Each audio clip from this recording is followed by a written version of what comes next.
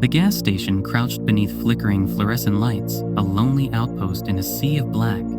I shut off the engine of my worn Honda Civic and stared out the windshield. The station had that forgotten look, like it had always existed, just waiting for someone desperate enough to find it. That someone was me. I'd figured out long ago that staying hidden meant traveling light. In my trunk were 2 duffel bags, one full of clothes, one full of stolen cash, and a shoebox of fake ID, each with a name I barely remembered. Now I needed more. A real job. Somewhere to vanish. This station in the middle of nowhere, Ohio, seemed perfect for that. The help wanted sign glowed neon red in the window. I stepped inside, the glass door rattling in the breeze. The air reeked of old coffee and burnt cigarettes. Rows of dusty snacks lined the shelves under dim ceiling lights. A radio mumbled low beneath static. Behind the counter stood a man in his 50s, hair thinning, eyes bloodshot from apathy. He didn't look up from his phone as I approached. "You're hiring?" I asked. He grunted, still scrolling. "You work nights." "I can," I said. That made him glance up, giving me a slow once-over.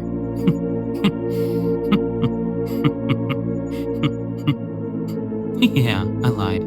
He shrugged, pulled out a wrinkled paper from under the counter and slid it to me. "Fill it out." The application was a joke. Name, address, work history. I filled it in, half real, half fiction, fingers moving on instinct. I handed it back.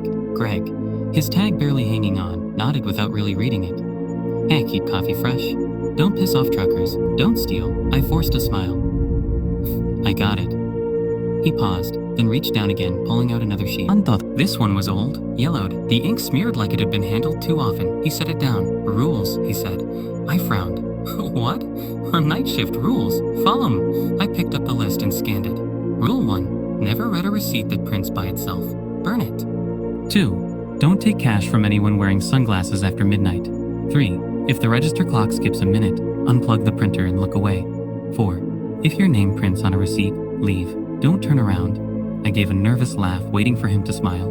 He didn't, just stared. "Is this serious?" I asked. He didn't blink. "Yeah," I hesitated. Something cold crept into my thoughts, but I'd learned not to trust instincts. Instincts got people caught. So I nodded. Greg exhaled, pushing a set of keys toward me. "A clock in at 11. I'll be gone by then." And that was that. No interview, no background check. Maybe I was right. Maybe this place really was perfect. I just hadn't asked perfect for what. When my shift began, the station felt changed. It wasn't the dusty aisles or the radio whispering country songs. Through static, Eerie. It was something else, something under the surface. Maybe it was the folded list in my pocket, or the buzz of the lights overhead. Too steady, almost like a heartbeat behind the ceiling. Greg left without a word. His taillights vanished into the dark. I was alone now. Just me, the store, and those strange rules I was meant to obey. The first few hours passed quietly. 2 truckers came in, spoke softly, bought gas and left. An old man with trembling hands bought smokes, nodded at me, and made my skin crawl. Midnight came and went. Nothing happened. I started to think Greg had been messing with me. Then at exactly 2:17 a.m., the backroom printer roared to life. The sound shattered the silence. Too loud, too sharp. My breath caught. The back doorway loomed. It was just a receipt printer, I told myself. But the noise it made was wrong. Not mechanical. Something heavier, thicker, like something alive was shifting inside the walls. I hesitated, then crept toward the back. The door was ajar, and a dim bulb swung overhead, flickering like it might give out. The printer kept running, spewing paper onto the floor in a long, curling ribbon. I swallowed hard. The rule echoed in my head. Never read a self-printed receipt. Burn it. The ink looked too dark, like it bled through the paper. My fingers twitched. Logic told me it was a glitch, bad wiring. But logic didn't belong here. Not in a station with rules like this. I crouched and grabbed the paper. It felt warm, not freshly printed warm, but like it had been cooking under a heat lamp. I didn't read it. I dug out my lighter, my hand trembling. The flame danced, casting jagged shadows across the tiny room. As soon as fire touched the paper, the ink moved, like it tried to flee, shifting before curling into ash. The printer groaned. The bulb overhead flashed wildly, pulsing in and out. The air thickened, heavy, wrong. Then, just like that, it was over. The noise died. The light steadied. The air cleared. I stumbled backward, heart pounding. The burnt paper left only a smudge, but the feeling in my gut remained. Like something had seen me, was still watching. I didn't go back to the front right away. I just stood there, breathing stale air, staring at the printer like it might come alive again. It didn't. Not yet. I made my way back to the counter, heart still thudding from whatever just happened in the back. The store was quiet again, but it was the kind of silence that felt wrong, like something had just slipped away and might return. The fluorescent lights buzzed overhead with a constant hum, the rhythm slightly off, like music with a broken tempo. I checked the clock. 2:38 a.m. Somehow, I'd been in the back longer than I thought. Time was bending in strange ways here. Still, I pushed the thought aside. I had to stay focused, make it through the shift without letting this place sink into me. I kept busy. I wiped the counter, straightened the cigarette packs, did anything to stay grounded. The last thing I needed was to dwell on the printer or the heavy air when that slip had printed. Then the bell above the door rang. A man stepped in, tall, thin, dressed in clothes so dark they swallowed the light. His steps were slow, deliberate, silent on the tile floor. But it was the sunglasses that clenched my gut. Midnight black, totally opaque, and it was the middle of the night. My chest tightened. Never take money from a man in sunglasses after midnight. The rule hit like a shot. I froze my hands on the counter as he neared. His movements were too fluid, like a puppet moved by invisible hands. He stopped in front of me and slid a 20 across the counter with fingers too long, too precise. "A pump 6, he said. His voice wasn't normal. It was layered. Multiple tones overlapping, slightly out of sync. It sounded wrong, like my brain couldn't quite hold on to the shape of it. "He can't take that," I stammered, edging backward. He didn't move. The glasses hit his eyes, but I felt them on me, burrowing deep. The silence stretched thick and clinging. "Hmm." He repeated, sliding the bill closer. My fist clenched. Every part of me screamed not to take it, not to let him any closer. "I'm sorry," I whispered. "Door closed." He exhaled slowly, and the sound made my skin crawl. Then, just as calmly, he picked up the bill, folded it with care, and slid it back into his pocket. He tilted his head slightly, like weighing something, then softer now, he said. And next time, he turned and walked out. The bell chimed again as he vanished into the dark. I exhaled. My knees wobbled. I clung to the counter, trying to slow my breathing. The store felt colder, like something had crept in and left its shadow behind. The fluorescent lights buzzed louder. My hands shook. I hadn't even noticed. "Behind me!" the printer roared. I spun around, dread crawling up my back like ice. My stomach numbed. A single slip of paper crept from the machine, slow and deliberate. My feet refused to move at first, but I forced a step forward, reaching out to grab it before it dropped. The paper was warm.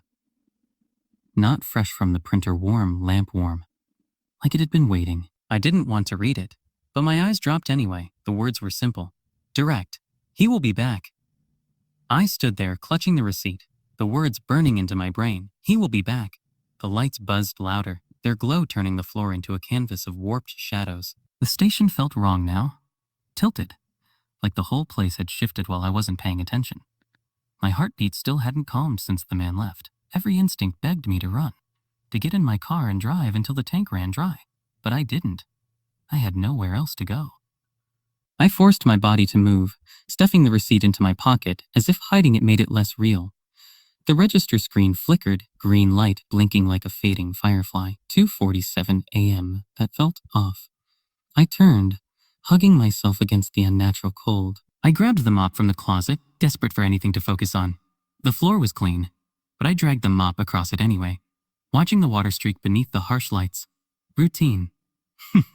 That's what I needed, and the clock skipped. 2:47, then 2:46. I froze. My grip on the mop handle tightened. Did that just happen?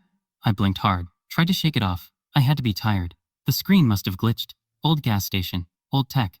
Made sense, didn't it? Then it skipped again. 2:44. Cold fear gripped me. The air grew heavier, as if the walls were pressing in. My breath turned shallow. I stepped toward the register, fingers hovering over the buttons, unsure what to do. Hit reset? Smack it like an old TV? Then the printer came alive. I stumbled back. The sound cut through the silence like a blade. The machine trembled as it spat out another slip. I didn't want to look, but I had to. I stepped closer, hands shaking, and picked up the paper. The message was clear. Do not look at the clock. I staggered, vision narrowing. My body understood something my mind couldn't. I had already broken the rule. The lights flickered, plunging the store into darkness. When they returned, nothing felt right. The aisles were longer. The counter space stretched deeper. The walls felt closer. I turned to the glass doors, heart in my throat. The parking lot outside was warped, like I was seeing it through walls. The pumps shimmered in the night as if heat rose off pavement, but it wasn't hot. The station felt like a freezer. I tore my eyes away, trying to believe none of this was real. Then I saw the clock again. 2:39. It was going backward. The receipt slipped from my fingers. This couldn't be real. I lunged toward the printer, hands shaking, yanked the cord loose. The hum faded. The power flickered. The screen stuttered, then settled on a time. 3 a.m. The same time that had been on the receipt. The one with my name, the one I had burned. I turned just as the bell above the door chimed once. Outside, headlights flared to life in the lot. My car, the one I'd wrecked 3 years ago. The lights blazed, flooding the station in pale light. My breath hitched. I knew that car. Too well. 3 years back, I crashed that exact car on a rain-slick highway, twisted metal, broken glass. I'd crawled from the wreck, lungs burning, skin soaked in gasoline, and I left someone behind. Yeah, Sarah. I stumbled, shoulder hitting the counter. I couldn't breathe. I couldn't look away. It was the same car, a dent, the same windshield crack. Yet there it sat, engine humming like it had never died. The bell above the door chimed again. I looked away from the headlights just in time to see the door swing wide. Night air pushed in. Wrong. Evie. A figure stepped inside. My stomach dropped. She wore a navy hoodie. Sarah's. Too big for her. Her jeans had that same net here she always claimed came from adventure. But her face too still, too blank, like a mannequin trying to imitate life. Her eyes were glassy, locked onto mine. Sarah shouldn't be here. Sarah was dead. She stepped forward. Her movements off. Limbs bending like they didn't belong to her. Alora, she said. But the voice wasn't right. It wasn't hers. It was layered, distorted. A recording played out of sync. I pressed against the counter, fingers digging in. This wasn't real. Studying me. You left me, she whispered. Her voice broke apart, something dark writhing underneath. I squeezed my eyes shut. This isn't happening. When I opened them, she was closer. Her hoodie now damp, clinging to her. Jeans soaked, the tear widening. Water pooled beneath her feet. I gagged. The smell of rain and burnt rubber filled the room. The crash. The gasoline. The printer buzzed. I twitched. My eyes slid toward it. Another receipt crawled out. The ink jagged and smeared like shaky handwriting. She never left. I looked back. Sarah was 5 feet away, her mouth opened. And the sound that came out was not human. Static. Whispers. A radio lost between stations. Before I could think, I moved. I grabbed the nearest object, one of the lighters we kept under the counter, and flicked the flame to life. The small glow cast jagged shadows across Sarah's face. Stay back, I choked out. She stopped, tilting her head the other way, studying me before she smiled. It was wrong. Too wide. Too many teeth stretching farther than any human mouth should. The bell above the door chimed again, and Sarah's body snapped backward, vanishing in an instant as if pulled away by some unseen force. The lights overhead buzzed loudly, flickering once, twice, and then everything fell silent. The air was still. The store looked the same, but the puddle of water where she had stood remained. The printer gave one last sputter and printed out another receipt. My fingers trembled as I reached for it, the ink still wet. I stood frozen, the receipt clutched in my shaking hands. She will come back. She will come back. The words swam in my vision, ink bleeding through the thin paper as if soaked in something thick. The puddle where she had stood hadn't dried. It reflected the buzzing fluorescent lights and distorted rippling waves, like it had a mind of its own. I took a step back, swallowing hard. My heart hammered in my chest. My breath was uneven. The gas station had fallen into an unnatural quiet. Too quiet. Even the radio in the corner had stopped its endless static. I forced myself to move, shaking off the paralysis, threatening to root me to the spot. Think, Laura. Think, Laura. Think. My body felt wrong, heavy, like I was moving underwater. My fingers brushed against the counter's edge, grounding me. I needed to do something, anything, before whatever had happened came back. I grabbed the lighter again, flicking the flame to life. The receipt still felt damp in my hand, but I didn't hesitate. I brought the fire to the paper's edge, watching as the flame licked its way up the surface. Burn it. Burn the message. Maybe that will stop it. As the last of the receipt turned to ash, the radio screeched to life. I yelped, stumbling backward as deafening static filled the station. The speakers crackled violently, voices warping beneath the white noise, overlapping, twisting. Laura, you can't run forever. I slapped my hands over my ears. The voice was wrong. It was Sarah's. It was tall and unmoving, its outline blurred, shifting at the edges, as if reality itself refused to define it. Then it took a step forward. The bell above the door didn't chime. My breathing turned shallow as the figure approached. I knew it wasn't Sarah. Not really. It wasn't even human. Not anymore. The closer it got, the less sense its shape made. Arms too long, head tilted at an impossible angle, its legs barely touching the ground. It stopped just beyond the glass door, staring in at me. The darkness of the parking lot wrapped around it, swallowing its form like a living thing. The register beeped. My eyes snapped toward the screen. A new transaction had appeared. Final balance. Due 1 life. I shuddered. My hands trembled as I stepped back. The store felt smaller, the air heavier. I looked back at the door. The figure hadn't moved, but I could feel it watching. Waiting. My mind reeled. What debt? What balance? This place wasn't just a gas station. It was something else. A trap. A toll booth. A ledger. The rules weren't to keep me safe. They were tests, and I had already failed. A new receipt printed. My hands shook as I reached for it. My breath came in short gasps. The ink was darker than before. The letters stretched and warped, as if the machine itself were straining to produce them. Settle your account. The figure outside pressed one hand against the glass. Its fingers were too long, too many joints. The glass groaned under the pressure, a faint crack snaking outward from where its palm touched. I took another step back.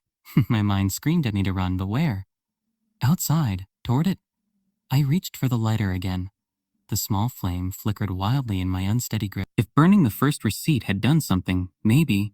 I grabbed the new receipt, but the moment my fingers touched it, I felt it warm, beating like a pulse. My stomach churned.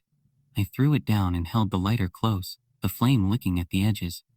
The receipt darkened, curling in on its... But before I could fully catch fire, the lights overhead died.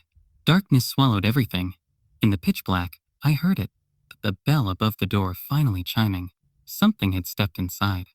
The darkness was absolute. The moment the lights cut out, the air turned suffocating, thick with something unseen.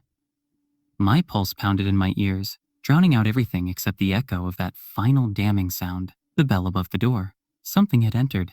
I clenched my fists, gripping the lighter like it was the only thing keeping me tethered to reality. The small flame wavered in the dark, barely illuminating the counter in front of me.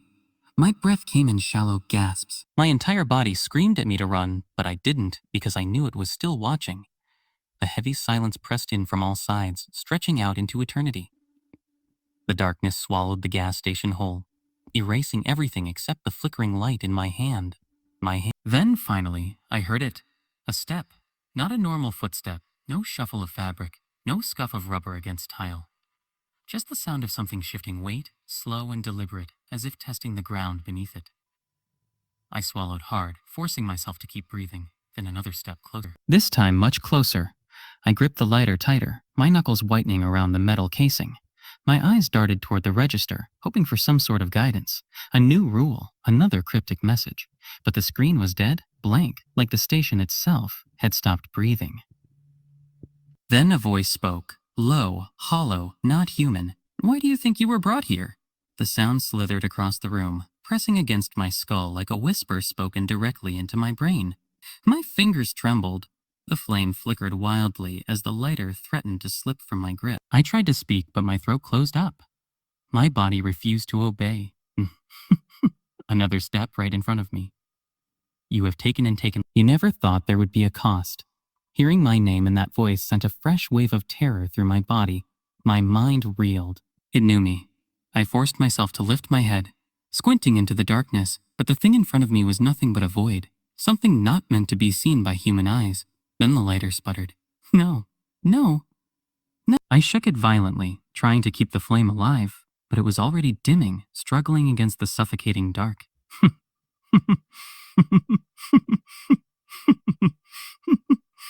And for the first time I realized just how cold the room had become. Then the register beeped. The sound nearly made me jump out of my skin. My eyes snapped toward the screen, breath catching as text flickered across it in harsh, jagged letters. This place is a balance. I blinked, my vision swimming. A balance. The words shifted, rearranging themselves as if something were typing in real time. A ledger. A record of debts. The lighter's flame finally died. My only light was the glow of the register, casting an eerie green hue across my fingers. The thing in the darkness exhaled, slow and measured. The air thickened further, pressing against me like a physical weight. A record of what is owed. I swallowed hard, my mind racing. On my past, the thefts, the running, the accident. Was that why I was here? A ringing noise echoed across the floor, something dragging across the tiles. Then a shape emerged from the shadows. Not Sarah. It looked like her, but it wasn't her. Features flickering like an old film strip, skipping frames. Her mouth moved, but no sound came out at first. Then, suddenly, too many voices at once. "You left me," she whispered, her lips curling over teeth that didn't belong. "You ran." I stumbled back, my spine hitting the counter hard. The words on the register shifted again, rapid and frantic. "Pay your debt." Sarah, no, not Sarah, tilted her head at an unnatural angle, her form glitching, twitching like a corrupted video file. The station waited. She whispered it to me. "You thought it was just coincidence." I shook my head violently. "No." But the register interrupted me. The letters locked, sliding into place with finality. "There are no coincidences." The bell above the door chimed again. The air tore apart. Everything twisted, warped. The aisles stretched and the shelves expanded into the distance. The glass doors of the coolers fractured and bent as though their space had been replaced with something else. My stomach churned, nausea rolling over me in waves. Sarah's too wide smile grew. "The gas station isn't real," she whispered. "It's a door." My pulse pounded as the world fractured around me. "You owe the toll." The walls of the station trembled. The air rippled and buckled, warping like disturbed water. The fluorescent lights overhead flickered wildly, casting jagged shadows that stretched unnaturally along the linoleum floor. Gee, my pulse thundered in my ears. My breath came in short, ragged gasps. The gas station isn't real. Sarah, or whatever had taken her shape, stood before me, grinning that too wide, too wrong smile. Her form twitched, jittering in and out of focus, her features distorting with each flicker of the dying lights. "The toll," she whispered, her voice layered, echoing too many voices at once. "You have to pay." The register beeped behind me, insistent, demanding. Drawn by some terrible compulsion, my fingers dug into the counter as I forced myself to read the display. Final balance, 1 life. A choked breath caught in my throat. My legs trembled. My entire body screamed at me to run, to flee, but I couldn't because deep down I had known all along. This thing had never been a gas station. It had never been a job. It had never been a coincidence. It was a balance, a ledger, a record of debts owed, and I was at the bottom of the list, with a final bill that could no longer be avoided. The bell above the door chimed again. I turned slowly, my stomach twisting in knots. There was a new figure standing just inside the threshold. My breath left me in a ragged wheeze. It was me, a perfect copy. Same dark hoodie, same weary eyes, same tangled mess of hair. But something was wrong. The other me wasn't breathing. It stared at me with dead, empty eyes. Its mouth opened, but it didn't speak. It simply lifted one hand and pointed toward the register behind me. The receipt printer came to life again, spitting out a fresh slip of paper. My fingers trembled as I reached for it. The heat of the ink was still fresh, smearing slightly beneath my touch. "One must stay, one must pay." Sarah's laughter slithered through the air, twisting around me like cold fingers. "You ran once," she whispered. "You left me. You left everything. And now it's time to settle the account." The register beeped again. The screen flickered. "Choose." I couldn't breathe. My mind spun, searching desperately for an escape, an answer, something. But there was nothing. No door left open. No loophole. No more running. The gas station groaned. The walls bowed inward. The ceiling stretched into darkness. The aisles distorted, elongating into endless, impossible corridors. The shelves bent and curled. The products upon them turned to ash. The entire station was collapsing, peeling away layer by layer, and I had to choose. The other me didn't move, didn't breathe, didn't react. It simply waited. Sarah stepped closer, her body glitching and warping like a bad signal. "Someone has to stay, Laura." Her too wide grin split further, cracking at the edges, but you already knew that. My fingers clenched around the receipt. My heart pounded, every beat feeling like a countdown. One must stay, one must pay. The gas station shuddered violently. Shelves toppled. Glass shattered. The fluorescent lights overhead burst one by one. The world was coming undone, unraveling like a threadbare tapestry. I swallowed hard. My entire life had been built on running from places, from people, from guilt, from myself. And now there were two of me. I took a slow step forward. My double remained still. Those lifeless eyes locked onto mine. It made no move to stop me as I raised the receipt, feeling the weight of every bad decision, every debt, every moment of cowardice pressing down on me like a crushing tide. I placed the receipt on the counter. The register let out one final beep. The walls of the gas station collapsed. A void swallowed everything. The aisles, the shelves, the floor itself, disintegrating into nothingness. Sarah's laughter dissolved into static. Her form flickered out like a dying signal. The last thing I saw was my double standing motionless as the darkness took it. Or maybe I was the one being taken. And then the bell above the door chimed. A new night shift had begun. The bell above the door chimed. I gasped, sucking in air like I had been drowning. My body lurched forward, and I nearly collapsed onto the counter. My fingers gripping the edge as the world around me settled into an eerie stillness. The gas station was intact. The aisles were back where they had always been, stocked with dusty snacks and overpriced energy drinks. Those dilutes into the flickering fluorescent lights hummed their usual dull tune, casting their sickly glow over the linoleum floor. The coolers lined the far wall, their contents arranged in neat familiar rows. The station looked exactly the same, except for one thing. For one thing. I turned my head slowly toward the front door, my pulse pounding in my ears. I was still standing behind the counter, and so was my double. She was exactly as I had seen her before, down to the way her hoodie was wrinkled in the same places as mine, but her expression was eerily blank. Her eyes were hollow, her body perfectly still. I wanted to scream, to demand an answer, but my throat felt dry, my voice stolen by the weight of the moment. The register beeped. My gaze snapped to the screen. My stomach twisted. Shift complete.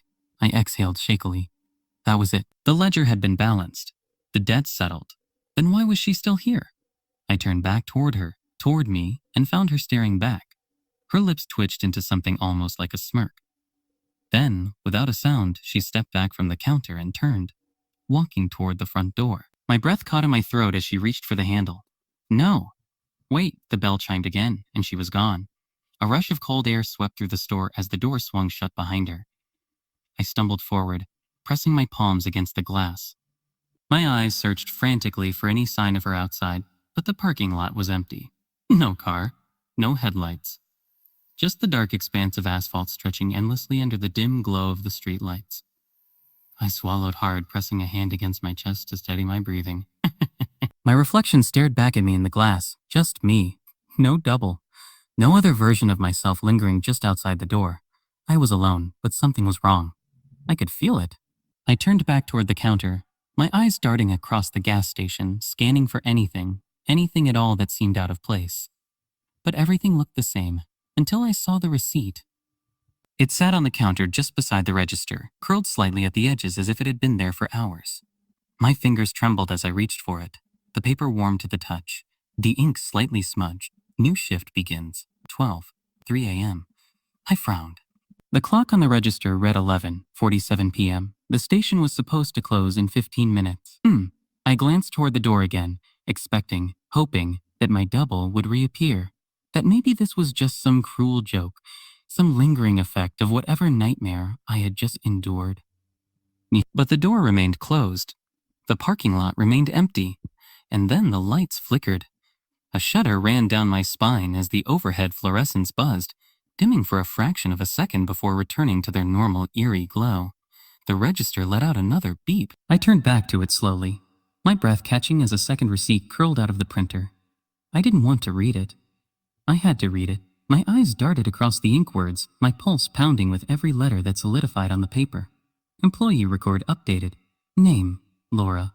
Shift, permanent. My stomach dropped. My fingers clenched around the paper, crushing it in my grip. No. The door wasn't locked. I could leave. I could walk out right now, get into my car, and drive away. I could escape. But deep down, I already knew the truth. I had never seen Greg come back in the morning. I had never met the person working the shift before me, because there wasn't one. The station always needed someone behind the counter, and now it had me. The gas station hummed around me, the fluorescent lights buzzing like a swarm of unseen insects. The receipt in my trembling hands felt heavier than it should have. The ink seared into my mind. Employee record updated. Name, Laura. Shift, permanent. I swallowed hard.